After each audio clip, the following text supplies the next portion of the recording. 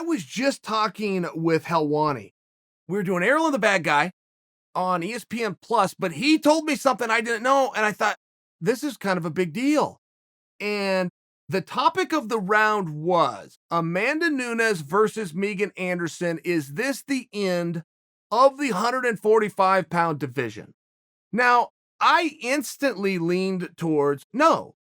What evidence do we have of that? I mean, I've been hearing the end of 145 for a period of time. I've been hearing the end before Amanda was in the division, back when it was Chris Cyborg, and it was just hard to find an opponent for her. And at least in theory, we were keeping the division around as a way of keeping Chris Cyborg around. I've heard all of these things. To use a more recent example for you guys is the talk of 125 pounds in the men's division. We've been hearing for 3 years now that that thing is going bye-bye. It's not, to the point that we just crowned a new champion as recently as, 6 or 7 weeks ago? So when the question came up of, is this signifying then, I'm scratching my head going, where's that coming from? Well, then Ariel talked. Now here's where this gets interesting, is Ariel said, inside information to him, but Megan Anderson, who is challenging Amanda for the title, signed at one point in her career a 6-fight deal. This is fight number 6, and she does not have a new contract or an extension. Now, in the history of the UFC, I can never, and I mean that literally, ever remember a time somebody went into a championship fight not having a contract, not having a built-in, okay, we've got you for 2 more, we've got you for 3 more, we've got you for 5 more. Now, there is something known as a championship clause that is in all contracts, which if you go and win the championship, you don't then just get to leave with the title. It automatically extends you, I believe, 3 fights. But that's boilerplate. That's in everybody's contract should you get one. And I believe it's 3 fights. If I'm wrong and it's 2, you still get my point. There's not a scenario where the UFC is going to be left holding the bag. But it is a situation where not only does it look as though they don't predict Megan is going to win. Okay, that's fine. You guys probably don't predict that either. Megan understands what she's up against. But it's a situation where, to the topic of 145 pounds, where is that going to go? Megan's very good. Megan's very marketable. Megan's got a very good fan base. She's about to main event for title shot and all of these different things. But it does appear, okay, what's next after this fight? What is next? Why wouldn't that be extended? If you got a top contender here and she isn't having signals that she's going to be around because of the weight class, then the question is very fair, which is 145 going to go away? I'm still light on that idea. I think that sometimes you're going to have, say, a weight class, by example, 145.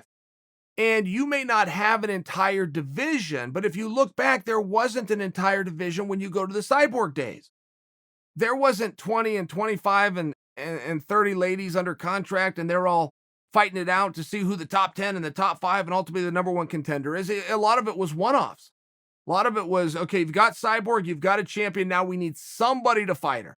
Invicta does a good job of bringing up top prospects, and they were coming over just by example. So I don't know that I believe fully that the division is going to go away, as much as it may not just be contended for. And you want to know who I think is going to ultimately have a big say in that? A big say is Amanda.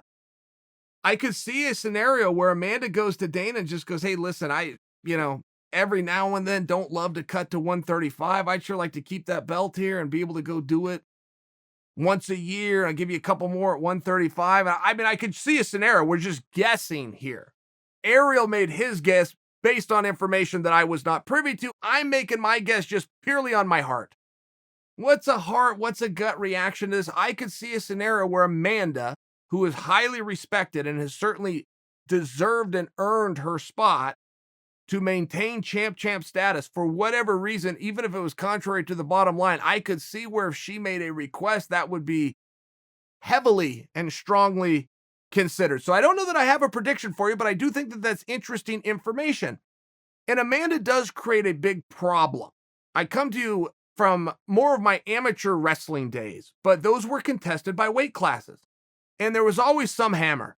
Anywhere you went, any division, whether you're the cadet division or you get into high school, you move on to college, there was somebody that just seemed like he was unbeatable. seem that way, seem like you're not going to be able to stop it. Well, that's real easy.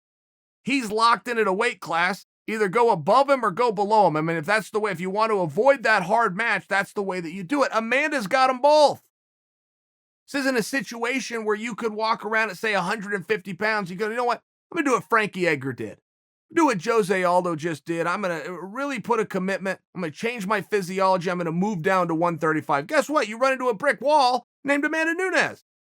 Or you're at 135 and you do the opposite and go, I'm going to go pump some iron and put some weight on. I'm going to get up to 145. Okay, great. What happens there? You run into a brick wall named Amanda Nunes.